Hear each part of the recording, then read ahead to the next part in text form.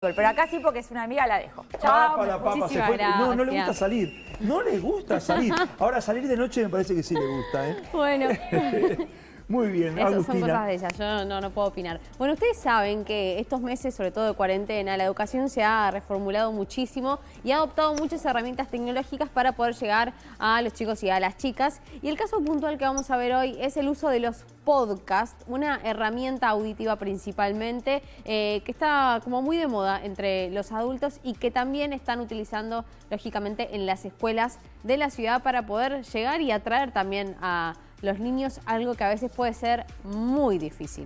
Muy bien, y para eso tenemos una comunicación vía Skype con Flavia Perugia. Hola Flavia, ¿cómo estás? Agustín y Daniel te saludan, ¿cómo te va? Buenas, ¿cómo andan? ¿Todo bien? Todo bien, recordemos que estos son contenidos pensados por el Ministerio de Educación de la Ciudad de Buenos Aires para atender esta circunstancia de aprender desde casa. Hoy vamos a hablar, como decía bien Agustina, de los podcasts, algo que ha surgido estos últimos tiempos, cuando pensábamos que lo auditivo quedaba de lado, que era más la imagen, lo que nos llevaba a los videos. De pronto nos dimos cuenta que esto sirve y mucho, y en lo pedagógico, así se dice, también. ¿Es así? Así es, hace un par de años, está empezando a haber como un auge del uso y la producción de podcast en la Argentina. Y bueno, una de las cosas que pensamos más que nada en función de este contexto de no presencialidad es aprovechar esa herramienta como un proyecto pedagógico para garantizar la continuidad pedagógica, o para ayudar por lo menos a que se siga continuando. ¿Y cuáles son las temáticas que eligieron para los podcasts, por ejemplo? ¿Por qué este formato para algunos temas y, por ejemplo, un formato visual para otros? En realidad, el proyecto que encaramos desde la Dirección de Educación Digital y del equipo de media es la producción de 2 podcasts distintos con la temática de enseñar cómo hacer un podcast. Entonces, tenemos uno que se llama Podcast de Principio a Fin, que está orientado a docentes, cuyo objetivo es que los profes puedan tratar de convertir o aprovechar el formato para dar clases. Entonces, la idea es convertir una clase en un podcast. Y después otra segunda serie de episodios que se llama Alto Viaje y que está pensado para estudiantes, con el objetivo que los estudiantes puedan hacer un podcast, llevar adelante el proyecto de producir, grabar y distribuir un podcast.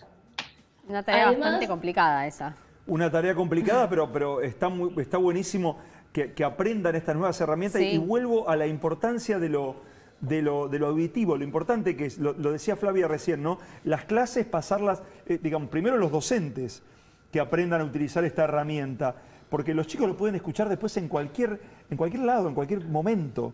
Y después el hecho de poder producir. ¿Y cuál es la recepción que has tenido tanto de los docentes como de los chicos? Fue muy buena porque han surgido algunas experiencias. En realidad ya era algo que se venía trabajando previo a la cuarentena, pero sí nos han llegado como devoluciones de que el material está bueno en el sentido de que abarca todo el proceso entero, integral de cómo realizar el podcast. Que si bien no es algo sencillo, lo cierto es que existen un montón de herramientas digitales, que muchas de las cuales son gratuitas. Entonces tenemos como al alcance de la mano muchas de las cuestiones para poder producirlos y distribuirlos.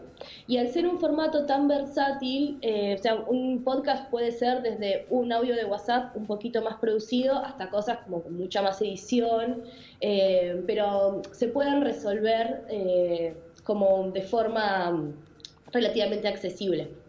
¿Y cómo es que graban? Me interesa esto de ellos armando su propio podcast. ¿Con qué herramientas graban en sus casas? También en un contexto de confinamiento donde es más complicado juntarse con otras personas. ¿Cómo lo hacen? En los episodios y en los materiales que acompañan los episodios en cada uno de los podcasts hay un episodio que está destinado a cómo grabar desde casa. Básicamente se propone grabar a partir del micrófono del celular.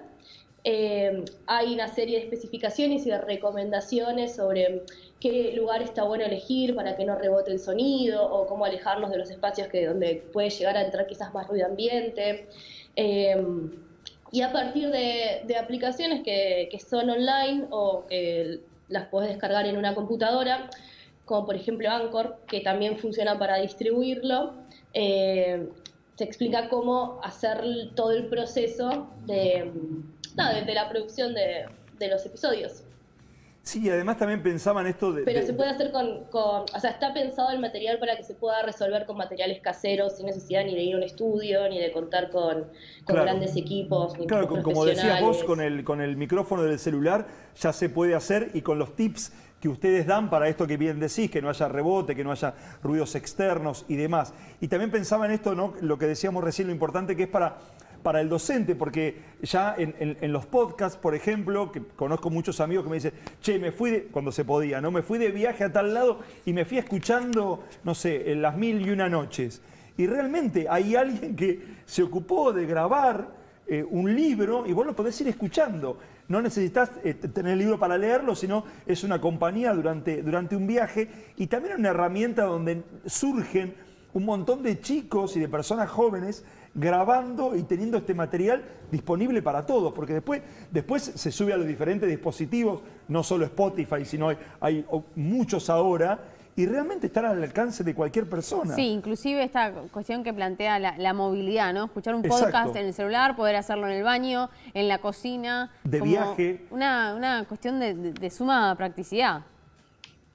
Sí. Bueno, no te puedes mover mucho ahora, pero sí. No, y una de las cosas que nos interesaba era la cuestión de recuperar la voz, de más que nada como Exacto. encuentro, ¿no? Por un lado los profes mandando audios, o los chicos mandándose audios para producir los episodios. Nos parecía también que era algo que como que facilitaba o mejoraba un poco la cuestión de estar más cerca sin estar compartiendo un espacio presencial, un espacio físico. Flavia, ¿y dónde podemos encontrar todos estos materiales? ¿Dónde encontramos toda esta información? Alguien que nos está mirando y dice, mirá qué interesante, me gustaría hacer un podcast, me gustaría leer un libro, me gustaría contar lo que hago, porque realmente hay de todo. Yo, por ejemplo, tengo un programa de radio, Look Positivo, que está en Spotify, está en formato de podcast también. Antes solamente estaba en la radio, lo escuchabas en el horario que sale el programa, después te lo perdías. Ahora ya queda guardado y uno lo puede escuchar ahora, dentro de un mes, dentro de un año, o andás a ver cuándo. Digamos, ¿dónde podemos encontrar todas estas herramientas? Para escuchar los episodios que armamos desde el equipo de media, en Spotify están todos subidos, o en la plataforma Anchor, que se puede acceder como aplicación o también como desde la web, desde la computadora. Y para escucharlos, ponen el buscador o de Spotify o de Anchor, podcast de principio a fin, que es el que está orientado a los docentes, y Alto Viaje, que es el que está orientado a estudiantes. Y después tienen para explorar lo que se les ocurra. Spotify tiene una pestaña que dice podcast, y tiene un buscador que específicamente te busca distintos episodios y series de podcast. También puedes encontrar audiolibros. Anchor lo mismo.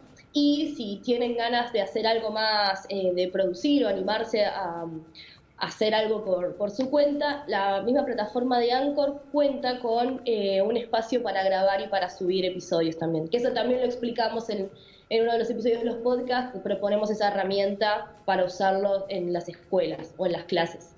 O sea que vos crees que la herramienta podcast llegó para quedarse en la educación, que es algo que una vez recobrada la presencialidad vamos a mantener. Yo creo que sí, porque está viendo, como les decía antes, se está fortaleciendo la comunidad de podcast en la Argentina y a nivel mundo, y quizás acá tarda un poco en llegar por cuestiones más de alfabetización del formato, pero bueno, ahí también trabajamos nosotros. Pero sí, tiene muchas potencialidades, así que yo creo que una vez que se incorporen o que se comprendan bien lo fácil que es incorporar este formato, sí se va a quedar. Ojalá así sea, porque realmente a mí me resulta muy, muy interesante. Y vuelvo al mismo concepto con el que empecé. Pensamos que lo grabado, que la voz, la oralidad... Se estaba perdiendo, que la radio estaba muriendo, ¿no? Que la radio estaba muriendo, lo decíamos, y la radio cumplió 100 años.